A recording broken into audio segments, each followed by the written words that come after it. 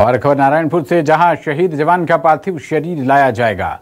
Police line लाया जाएगा पार्थिव जवान का शरीर। वीरेंद्र कुमार शौरी कल शहीद हो गए थे, अब उनका पार्थिव शरीर पुलिस लाइन लाया जाएगा। अबूझमाड़ इलाके में पुलिस और नक्सलियों के बीच मुठभेड़ में शहादत हुई थी वीरेंद्र कुमार शौरी की, और शहीद जवान को नारायणपुर पुलिस लाइन में सलामी दी जाएगी। सलामी के बाद शहीद जवान को उनके गृह ग्राम कांकेर लेकर जाया जाएगा। सर्वोच्च बलिदान दिया है अमर शहीद श्री वीरेंद्र कुमार शौरी ने। नक्सलियों से लोहा लेते हुए वीर गति को प्राप्त हो गए। अब उनके पार्थिव शरीर को पुलिस लाइन लाया जाएगा, जहां पर उनको अंतिम सलामी दी जाएगी, और उसके बाद शहीद जवान के पार्थिव शरीर को उनके गृह ग्राम कांकेर लेकर जाया जाएगा, जहां पर पूरे सैन्य सम्मान के साथ उनका अंतिम संस्कार किया जाएगा। खबर पर ज्यादा जानकारी के साथ हमारे संवाददाता आशुतोष तिवारी जुड़ रहे हैं। आशुतोष, सर्वोच्च बलिदान, शहादत, इससे बढ़कर कुछ नहीं होता एक शहीद के लिए। इससे ज्यादा वो कुछ देश की माटी को दे भी नहीं सकता। शहादत हुई है, बताइए इस वक्त कितने बजे तक पार्थिव शरीर इस जवान का पहुंचेगा?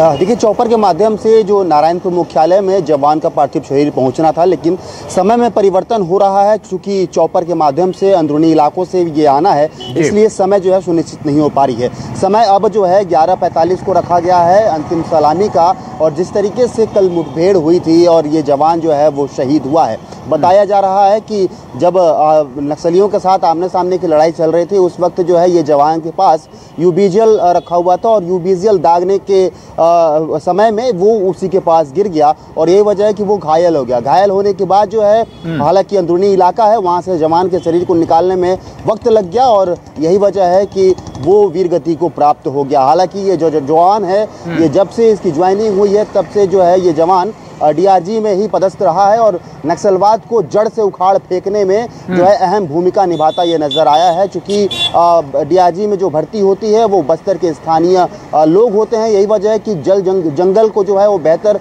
अच्छे से जानते हैं, और यही वजह है कि डीआरजी को काफ़ी ताकतवर यहाँ पर माना गया है। हालांकि ये मुठभेड़ जो हुई थी, ये कहा जा रहा है कि नक्सलियों के द्वारा इसे जो है जवानों को ट्रैप में फंसाने की प्लानिंग थी। चूँकि जिस तरीके से जवानों को यह सूचना मिलती है नक्सलियों की, वो मोबाइल के जरिए सूचना मिलती है। चूंकि अब जो है नक्सली मोबाइल फोन इस्तेमाल करते नजर आते हैं, और यही वजह है कि लोकेशन का पुख्ता जानकारी जवानों के पास होती है, और यही वजह है कि नक्सलियों को चारों तरफ से घेरने में वो काफी ज्यादा सफल होते हैं, और नक्सलियों को नुकसान पहुंचाने में भी जवानों को सफलता हाथ लगती है। लेकिन कहीं ना कहीं ये देखा जाए कि इस बार जो मुठभेड़ हुआ है वो नक्सलियों के द्वारा कहीं ना कहीं धोखे से जो है फांसने की कोशिश जवानों को की गई थी वहां पर। चूंकि लोकेशन के माध्यम से जवानों को रवाना किया गया था, और जिस तरीके से सूचना आ रही थी बीती रात को कि डीआरजी की टुकड़ी को जो है नक्सलियों के द्वारा घेरा गया है। हालांकि जो बैकअप पार्टी गई थी वो 2 पार्टी अभी भी वो जंगलों में मौजूद है, और बाकी जो पहले पार्टी को रवाना किया गया था वो पार्टी को वापस बुला लिया गया है। यानी कि देखा जाए तो सर्चिंग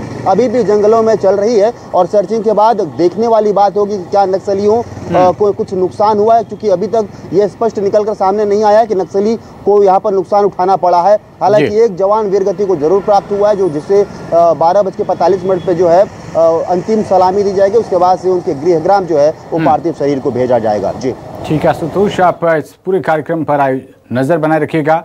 बहुत शुक्रिया आपका इस अहम जानकारी के लिए।